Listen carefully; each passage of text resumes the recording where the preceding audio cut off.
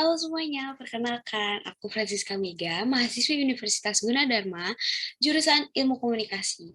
Nah, pada pertemuan kali ini aku akan membahas materi perkuliahan yaitu Human Relation. Yuk langsung aja kita bahas.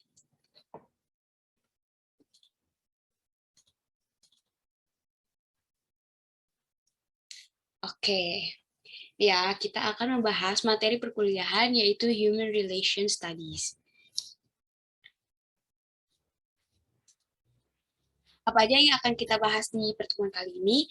Jadi yang pertama adalah human relation, yang kedua adalah komunikasi dalam human relation, yang ketiga adalah communication style dan self-esteem, yang keempat adalah self-esteem, yang kelima personal values, yang keenam ethical framework and ethical choice, dan yang terakhir adalah attitude. Yang pertama, pengertian human relation. Secara kebahasaan, kata human berarti manusia, sedangkan kata human berarti bersifat manusia. Dan kata humanis berarti peramah, orang yang penyayang, dan peri kemanusiaan. Dalam Kamus Internasional Populer, humanis berarti ajaran atau paham kemanusiaan yang menganggap manusia-manusia lain mempunyai nilai, kepentingan-kepentingan, dan hak-hak serta kewajiban-kewajiban yang sama sebagai layaknya manusia. Sedangkan kata relasi berarti hubungan. Dan dari pengertian tersebut dapat disimpulkan bahwa human relation adalah hubungan atau interaksi yang terjadi antara seseorang dengan orang lain atau dengan sekelompok orang yang berlangsung secara manusiawi. Definisi human relation. Yang pertama dalam arti luas, merupakan menyangkut komunikasi persuasif yang dilakukan oleh seseorang kepada orang lain secara tatap muka dalam segala situasi dan dalam semua bidang kehidupan, sehingga menumbuhkan kebahagiaan dan kepuasan hati kepada dua belah pihak. Sedangkan dalam arti sempit, komunikasi persuasif yang dilakukan seseorang kepada orang lain secara tatap muka dalam situasi kerja atau work situation dan dalam organisasi kekaryaan atau work organization dengan tujuan menggugah kegairahan dan motivasi serta dengan semangat kerja yang sama yang produktif dengan berperasaan bahagia dan puas hati. Diungkapkan oleh Effendi. Human relation dapat berguna untuk bekerja secara efektif. Dapat diwujudkan dengan melibatkan, yang pertama, keterampilan kognitif, seperti pemikiran kritis, kreativitas, dan inovasi. Yang kedua, keterampilan hubungan, seperti mempengaruhi komunikasi dan negosiasi. Dan yang ketiga, keterampilan pribadi, seperti beradaptasi, fleksibel, dan pengembangan diri. Yang kedua, komunikasi dalam human relation. Komunikasi adalah proses penyampaian pikiran atau perasaan oleh seseorang kepada orang lain dengan menggunakan lambang-lambang yang bermakna bagi kedua belah pihak. Dalam sebuah perusahaan, human relation merupakan jembatan penghubung yang menghubungkan antara atasan dan bawahan, bawahan dengan atasan, dan bawahan dengan bawahan. Hal ini dimaksudkan untuk menciptakan kepuasan dalam bekerja sehingga meningkatkan produktivitas kerja. Komunikasi merupakan salah satu aspek penting dalam human relation. Di antaranya, yang pertama dapat membantu membangun tim, dan yang kedua menghindari kesalahpahaman. Fungsi komunikasi dalam human relation.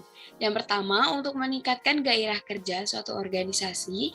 Yang kedua, untuk meningkatkan hubungan kerja serta kerjasama di antara teman kerja. Dan yang ketiga, untuk mengurangi aspek-aspek negatif dari timbulnya konflik maupun frustasi. Komunikasi efektif.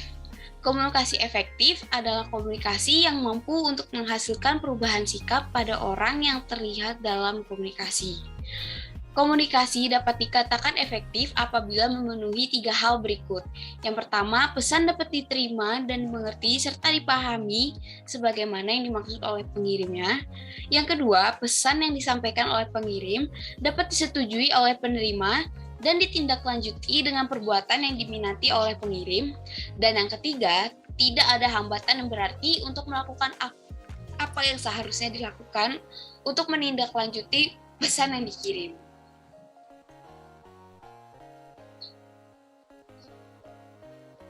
Sari menyebutkan terdapat 5 hukum komunikasi efektif, yaitu yang pertama, respect, yaitu menghargai lawan bicara sebagai penerima pesan yang akan disampaikan. Yang kedua, empathy, yaitu dapat menempatkan diri kita pada situasi dan kondisi yang dihadapi orang lain.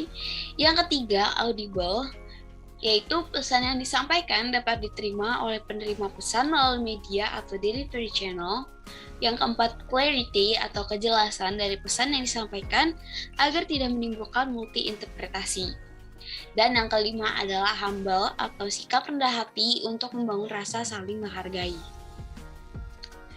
Komunikasi formal.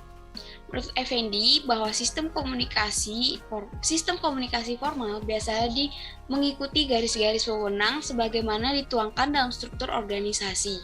Proses komunikasi biasanya dilakukan di dalam lembaga formal melalui garis perintah atau sifatnya instruktif.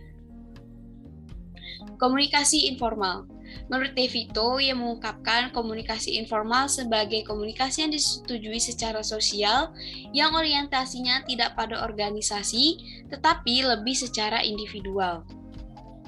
Fungsi komunikasi informal adalah untuk memelihara hubungan sosial persahabatan kelompok informal, juga penyebaran informasi yang bersifat pribadi dan privasi. Komunikasi verbal. Menurut Purwanto, ia mengatakan bahwa komunikasi verbal merupakan penyampaian komunikasi dengan menyusun kata-kata ke dalam suatu pola yang memiliki arti atau makna dalam bentuk tertulis maupun lisan. Dan komunikasi nonverbal, menurut Kay Floyd, ia mendefinisikan komunikasi nonverbal sebagai setiap perilaku dan karakteristik yang mengirimkan makna tanpa menggunakan kata-kata. Sedangkan menurut Mark L. Knapp dan J.T. Hall, mereka menyatakan bahwa komunikasi nonverbal merujuk pada komunikasi yang dihasilkan oleh beberapa makna selain kata-kata. Nah, di sini ada 9 tipe komunikasi nonverbal. Yang pertama ialah kinetik atau gerakan tubuh, seperti gerak kontak mata dan gestur tubuh dan lain-lainnya. Yang kedua adalah haptik atau indera perasa atau sentuhan. Misalkan jabat tangan kita ketika menyapa atau bertemu dengan atasan, pelukan sebagai tanda persahabatan, dan lain-lain. Ketiga, penampilan fisik, yaitu preferensi individu. Seperti misalkan gaya berpakaian, gaya rambut, dan lain-lainnya. Yang keempat adalah artefak, yaitu objek personal. Misalkan yang menunjukkan personalitas dari seorang seniman adalah bentuk rumahnya yang sangat artsy atau memiliki banyak lukisan-lukisan di dalamnya dan lain sebagainya. Yang kelima adalah proxemic atau jarak personal. Misalkan posisi diri kita terhadap sekitar, kita menyapa bos karena kita posisinya adalah sebagai karyawan atau bawahannya bos, jadi kita yang menyapa bos terlebih dahulu. Yang keenam adalah faktor lingkungan atau bisa juga dikatakan dengan tata letak, misalkan arsitektur, warna, lighting, penempatan meja kursi, dan lain-lainnya. Kronemis, yaitu bagaimana kita mempersepsikan waktu. Nah, di sini dapat saya jelaskan bahwa kalau sebagai pengaturan waktu, kalau jadi bawahan itu biasa kita harus on time, sedangkan kalau jadi bos itu kita boleh mengulur waktu sehingga membuat orang lain menunggu, seperti itu. Yang kedelapan adalah parabahasa. Merupakan vokal tanpa kata-kata, misalkan hembusan nafas atau bisikan. Dan yang terakhir, yang ke-9 adalah keheningan untuk menyatakan situasi, misalkan prihatin, tenang, atau sedang berkabung, dan lain-lainnya. Yang ketiga, communication style. Gaya komunikasi menurut Tubbs and Moss ada 6. Yang pertama adalah the controlling style. Gaya komunikasi ini biasanya bersifat mengendalikan karena adanya suatu kehendak. Dan yang kedua adalah the equalitarian style. Gaya komunikasi ini timbul karena adanya kesamaan, biasanya bersifat terbuka dan memiliki kepedulian tinggi terhadap lingkungan sekitarnya. Yang ketiga, the structuring style. Gaya komunikasi ini biasanya bersifat memerintah dan dapat ditandai dengan dapat mempengaruhi orang lain, seperti memberi perintah dan lain-lainnya. Yang keempat adalah the dynamic style. Biasanya gaya komunikasi ini cenderung agresif. Contohnya seorang supervisor yang memberi semangat atau rangsangan kerja kepada karyawannya. Yang kelima, the relinquishing style. Biasanya gaya komunikasi ini mencerminkan ketersediaan untuk menerima saran, berarti orangnya terbuka gitu. Dan yang terakhir, yang keenam adalah the withdrawal style. Gaya ini dapat mengakibatkan lemahnya komunikasi karena cenderung menghindari masalah. Karakter dan komunikasi. Menurut Kamus Umum Bahasa Indonesia, karakter diartikan sebagai tabiat, watak, sifat-sifat kejiwaan, akhlak, atau budi pekerti yang membedakan seseorang dengan yang lain.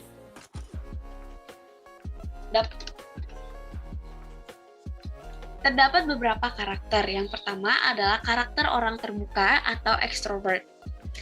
Biasanya suka mengarahkan energi dan perhatian terhadap dunia luar. Orang ekstrovert cenderung lebih mudah dipengaruhi oleh sekelilingnya dibandingkan kondisinya sendiri. Dan minatnya terhadap situasi sosial sangatlah kuat. Yang kedua adalah karakter orang tertutup atau introvert.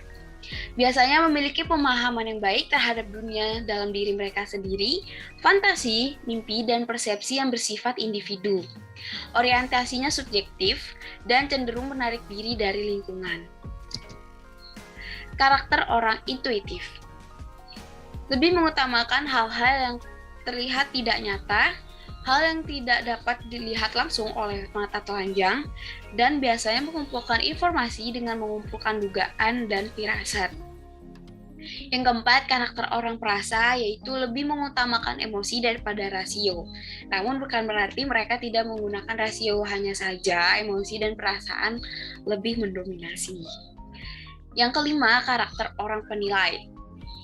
Karakter ini terkesan menghakimi, tidak sabar, langsung memberikan penilaian terhadap orang lain. Biasanya memiliki gaya hidup yang terencana dan teratur, namun terkesan kaku. Pembahasan yang selanjutnya adalah self-esteem atau harga diri. Chaplin dalam Subowo dan Martiarini mengungkapkan bahwa self-esteem adalah penilaian diri yang dipengaruhi oleh sikap interaksi, penghargaan, dan penerimaan orang lain terhadap individu. Kedua, menurut Sandrock dalam Desmita, self-esteem adalah evaluasi individu terhadap dirinya sendiri secara positif atau negatif. Dan yang ketiga, menurut Lerner dan Spener dalam Gufron dan Risnawati, mereka berpendapat bahwa harga diri adalah tingkat penilaian yang positif atau negatif yang dihubungkan dengan konsep diri seseorang. Pembentukan harga diri. Cooper Smith mengungkapkan terdapat 4 aspek pembentukan self-esteem. Yang pertama adalah kekuatan individu atau power. Yang kedua, keberartian individu atau significance. Yang ketiga, kebijakan individu atau virtue. Dan yang keempat adalah keberhasilan individu atau competence. Yang pertama, kekuatan atau power. Dalam arti kemampuan untuk bisa mengatur dan mengontrol perilaku orang lain. Kemampuan ini ditandai oleh adanya pengakuan dari rasa hormat yang diterima oleh individu dari orang lain dan besarannya sumbangan dari pikiran atau pendapat dan kebenarannya. Yang kedua, keberartian atau significance, yaitu adanya kepedulian, perhatian, dan kasih sayang yang diterima oleh individu dari orang lain. Keberartian ini ditandai dengan kehangatan, responsif, minat, dan menyukai individu apa adanya, atau keberartian diri. Yang ketiga adalah kebijakan individu atau virtue, yaitu ketaatan atau kepatuhan terhadap aturan-aturan, norma, dan ketentuan-ketentuan yang ada dalam masyarakat dan agama. Semakin taat dalam hal-hal yang sudah ditetapkan di masyarakat dan agama, maka semakin besar kemampuan individu tersebut untuk dapat dianggap sebagai panutan masyarakat. Dan yang keempat adalah keberhasilan individu atau kompetensi. Keberhasilan dalam arti sukses dan mampu memenuhi tuntutan profesi. Dapat ditandai oleh keberhasilan individu dalam mengerjakan bermacam-macam tugas atau pekerjaan dengan baik dan bervariasi untuk tiap level dan kelompok tertentu. Karakteristik seseorang yang memiliki self-esteem tinggi. Menurut Brandon, yang pertama, mampu menanggulangi kesengsaraan dan kemalangan hidup, lebih tabah dan ulet, lebih mampu melawan sesuatu kekalahan, kegagalan, dan keputusasaan. Yang kedua, cenderung berambisi. Yang ketiga, memiliki kemungkinan untuk lebih kreatif dalam pekerjaan dan sebagai sarana untuk menjadi lebih berhasil. Dan yang keempat, memiliki kemungkinan lebih dalam dan lebih besar untuk membina hubungan interpersonal dan tampak lebih bergembira dalam menghadapi realitas. Karakteristik seseorang yang memiliki self-esteem rendah. Yang pertama, orang yang memiliki self-esteem rendah cenderung merasa bahwa dirinya tidak mampu dan tidak berharga. Yang kedua, tidak berani mencari tantangan-tantangan baru dalam hidupnya. Yang ketiga, lebih senang menghadapi hal-hal yang sudah dikenal dengan baik, serta menyenangi hal-hal yang tidak penuh dengan tuntutan. Dan yang terakhir adalah cenderung merasa tidak yakin akan pemikiran-pemikiran serta perasaan yang dimilikinya. Cara meningkatkan harga diri. Yang pertama, dapat belajar untuk selalu menghargai diri sendiri. Yang kedua, belajar untuk menyukai diri sendiri. Dan yang ketiga, mempunyai gambar diri yang positif. Pembahasan keempat yaitu personal value, influence, ethical choice. Karakter adalah sifat batin yang mempengaruhi segenap pikiran, perilaku, budi pekerti, dan tabiat yang dimiliki manusia atau makhluk hidup lainnya. Karakter yang berkualitas adalah sebuah respon yang sudah teruji berkali-kali dan telah berbuahkan kemenangan. Seseorang yang berkali-kali melewati kesulitan dan kemenangan akan memiliki kualitas yang baik. Proses pembentukan karakter ada 6. Yang pertama adalah pengenalan, yang kedua pemahaman, yang ketiga penerapan, yang keempat pengulangan, yang kelima adalah pembudayaan, dan yang terakhir keenam adalah internalisasi menjadi karakter. Integritas. Integritas berasal dari kata Latin integer, yang berarti sikap yang teguh mempertahankan prinsip, tidak mau korupsi, dan menjadi dasar yang melekat pada diri sendiri sebagai nilai-nilai moral. Integritas adalah sebuah nilai yang selalu menjadi dasar untuk menjamin kejujuran nilai-nilai lainnya. Bila integritas pribadi lemah atau bocor dalam karakter pribadi, maka dapat dipastikan nilai-nilai seperti kejujuran, keterbukaan, tanggung jawab, ketekunan, kerajinan, keberanian, keterusterangan, kepercayaan, kesetiaan, kearifan, dan profesionalisme pasti tidak akan berfungsi seperti seharusnya. Tujuan dari integritas sendiri adalah menjadi salah satu kunci meraih keberhasilan, melahirkan kepercayaan, dan dapat melahirkan prestasi. Ciri pribadi yang memiliki integritas adalah selalu menepati janji, taat asa, tidak pelin-pelan, dan menghargai waktu. Moral.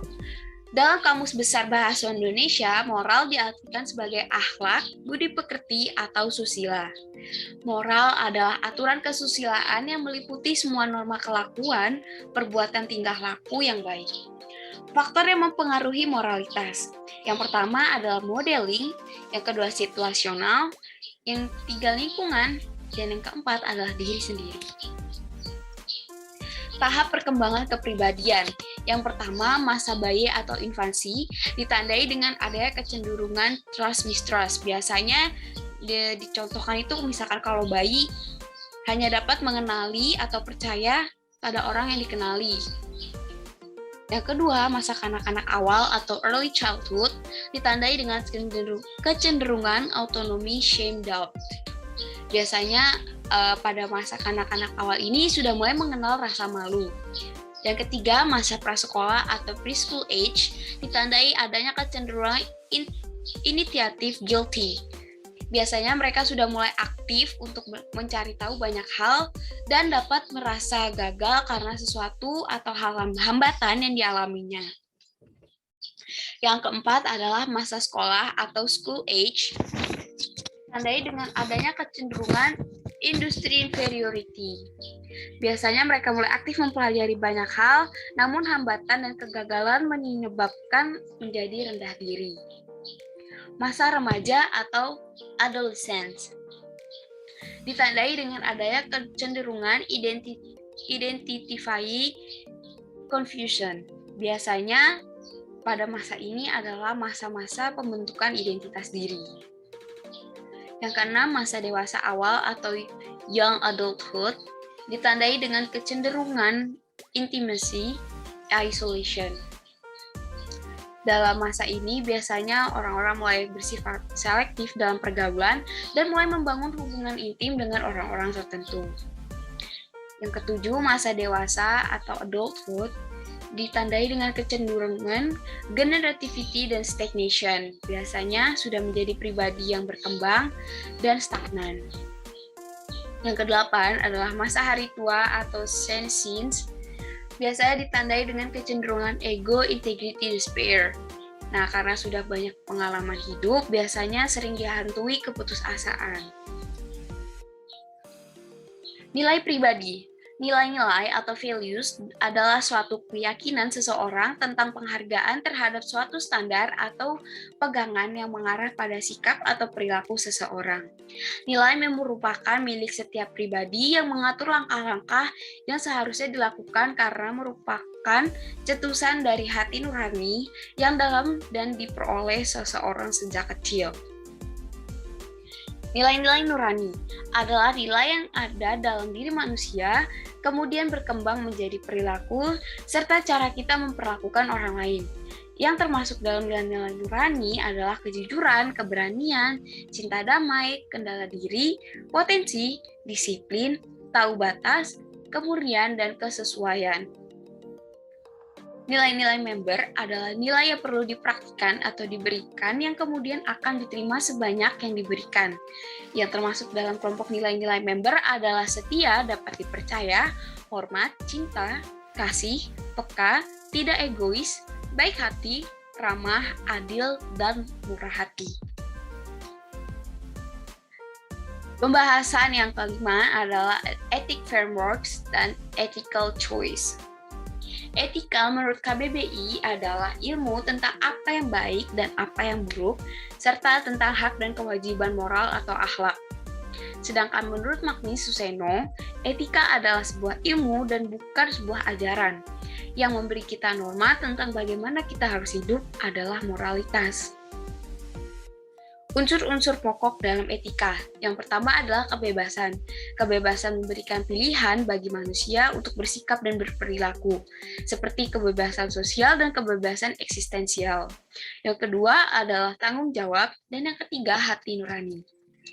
Ethical choice. Prinsip-prinsip yang dapat dijadikan acuan dalam mengambil keputusan.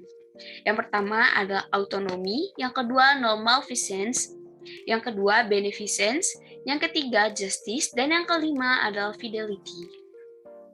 Langkah-langkah pengambilan keputusan yang etis adalah sebagai berikut. Yang pertama, menentukan fakta-fakta. Yang kedua, mengidentifikasi para pemegang kepentingan dan mempertimbangkan situasi-situasi dari sudut pandang mereka. Yang ketiga adalah mempertimbangkan alternatif-alternatif yang tersedia, disebut juga dengan imajinasi moral. Dan yang keempat adalah mempertimbangkan bagaimana sebuah keputusan dapat mempengaruhi para pemegang kepentingan. Etika manajemen. Keputusan manajemen dan kegiatan organisasi yang berdasarkan pada nilai-nilai atau standar moral yang dianggap baik dan luhur dalam lingkungannya dan masyarakat. Perilaku etis terjadi bila manajer dan karyawan mengikuti prinsip dan nilai-nilai yang disepakati. Tanggung jawab sosial. Manajemen harus mempertimbangkan dampak sosial dan ekonomi dalam mengambil keputusan. Maka dari itu, dirancanglah strategi pelaksanaan tanggung jawab sosial. Di antaranya yang pertama, melaksanakan tanggung jawab sosial sebatas diisyaratkan dalam peraturan atau undang-undang. Yang kedua, melakukan tanggung jawab sosial etika manajemen yang dapat diterima masyarakat. Dan yang ketiga, melakukan tanggung jawab sosial secara proaktif agar tidak terjadi gejolak atau dampak sosial yang buruk terhadap organisasi. Dan pembahasan yang terakhir adalah attitude.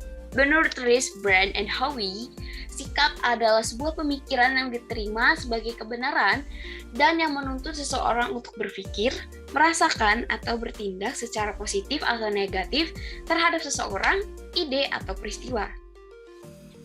Sikap mewakili kesiapan emosional seseorang untuk berperilaku dengan cara tertentu. Sikap bukanlah sesuatu hal yang dimiliki seseorang ketika lahir, tetapi diperoleh dengan cara mempelajarinya. Oleh karena itu, dapat disimpulkan bahwa seseorang dapat mempelajari sikap baru atau mengubah sikap lama. Komponen sikap yang pertama adalah aspek kognitif, berkaitan dengan pikiran, biasa berwujud pengolahan, pengalaman, keyakinan, serta harapan. Yang kedua, aspek afektif, yaitu berwujud proses yang berkaitan dengan perasaan tertentu, seperti dengki dan simpati. Yang ketiga adalah aspek konatif, yang berwujud proses tendensi atau kecenderungan untuk berbuat sesuatu. Ciri-ciri sikap menurut Gerungan. Yang pertama, sikap tidak dibawa seseorang sejak lahir. Dan yang kedua, sikap dapat berubah-ubah. Yang ketiga, sikap tidak dapat berdiri sendiri. Yang keempat, sikap dapat merupakan suatu hal tertentu. Dan yang kelima, sikap mempunyai segi-segi motivasi dan segi-segi perasaan. Pembentukan dan perubahan sikap menurut Azwar. Yang pertama adalah melalui pengalaman pribadi. Agar dapat menjadi dasar pembentukan sikap, pengalaman pribadi harus meninggalkan kesan yang kuat. Yang kedua, pengaruh orang lain yang dianggap penting. Cenderung dimotivasi oleh keinginan untuk berafiliasi dan keinginan menghindari konflik dengan orang yang dianggap penting. Yang ketiga, pengaruh kebudayaan. Pengaruh lingkungan termasuk budaya membentuk pribadi seseorang. Yang keempat, media massa. Media massa membawa pesan-pesan yang berisi sugesti yang dapat mengarahkan opini seseorang. Yang kelima, lembaga pendidikan dan lembaga agama. Sistem yang punya pengaruh dalam pembentukan sikap karena meletakkan dasar pengertian dan konsep moral dalam individu. Yang keenam, pengaruh faktor emosional. Suatu bentuk sikap merupakan pernyataan yang didasari oleh emosi yang berfungsi sebagai penyaluran frustasi atau pengalihan bentuk mekanisme pertahanan ego.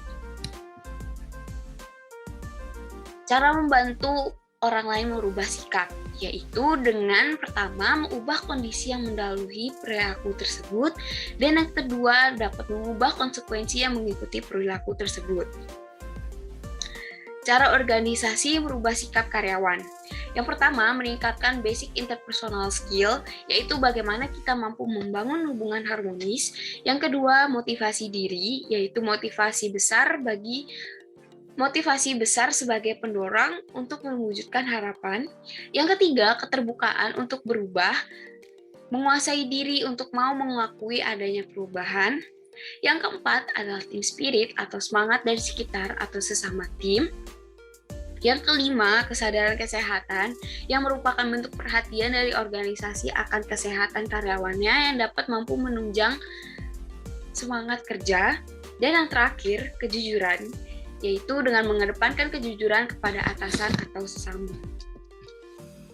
Nah, demikianlah penjelasan tentang materi perkuliahan Human Relation pada kali ini. Semoga dengan penjelasan yang saya bawakan ini dapat membawa pengertian kepada kalian semua. Terima kasih.